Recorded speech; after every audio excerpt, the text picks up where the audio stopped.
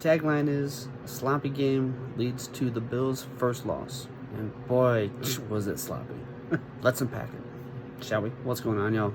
TK here, back with another commentary after the Bills' Week 5 loss to the division rival New England Patriots as they fall 23-20. And boy, was this a game. Before, be sure to like, comment, and subscribe to the channel. We're grinding over here on YouTube. If you're viewing this on TikTok, drop me a follow as well. Let's get into it. Normally the hat's forward, but it's backwards because that's in the fourth quarter. That's how it got. Yeah, just how it got there. I say sloppy play because Buffalo continued the undisciplined with a lot of penalties. 11 accepted penalties for 90 yards. There was a lot more thrown, and the 3 turnovers, 2 fumbles, 1 Josh Allen interception. That was a bad throw. Buffalo came in as 7.5-point favorites against a team that's 2-2. I had said this stretch of games from last week's commentary that this stretch of games that features the Patriots, Falcons, bye week, and then the Panthers are all trap games based on paper. And this one lived up to it. Penalties Central, like realistically, 19 total accepted penalties for 183 yards. That's a typical Sean Hockley game. His crew averages 14 to 15 penalties per game. Some of them were very questionable ones, but the majority of them looked pretty legit. I have to give praise though. Patriots quarterback Drake May. I had seen him play in a couple games last year. I said, this kid's got something. He played about as perfect as you can get. Now, it doesn't reflect in terms of touchdowns because Ramondre Stevenson got the 2 touchdowns. But Drake May went 22 of 30, 273 yards. That's about as good as you can play for being on the road in prime time. Yes, he has Stephon Diggs that went for 10 receptions, 146 in his return to Buffalo. Being as that is, I hated seeing that.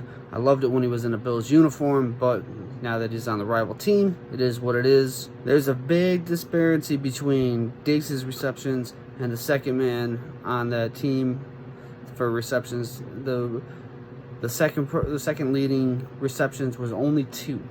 So if that starts dropping a little bit more, we'll see if what happened towards the end of Diggs' stint in Buffalo, where he wasn't the featured number 1 guy. We'll see if that happens in New England.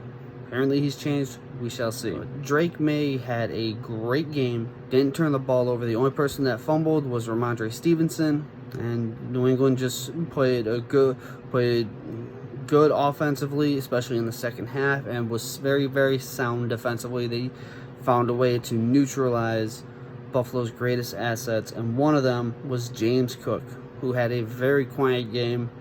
15 attempts for 49 yards, averaging 3.8 yards per carry, which is very low considering that he's averaging 100 total yards. Allen, outside of the 1 interception and the 1 fumble that was put on him because he was the last person to touch it when him and Dawson Knox got mixed up, went 22 of 31 for 253 yards, 2 TDs, 1 interception, the 1 fumble, and also had 9 attempts for 53 yards, going over 300 total yards.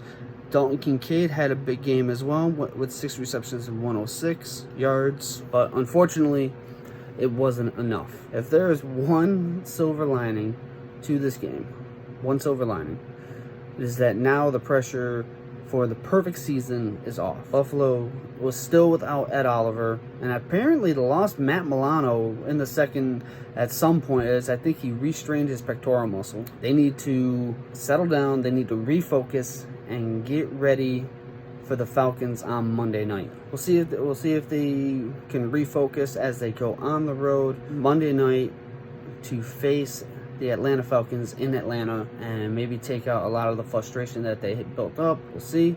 The Patriots will go on the road as well to face the Saints. The Saints, who just last week played a pretty solid game against Buffalo. That'll do it for today's commentary. Was hoping Buffalo could get it done, but unfortunately they couldn't. I'll catch y'all next week after the Falcons game. Peace and go Bills.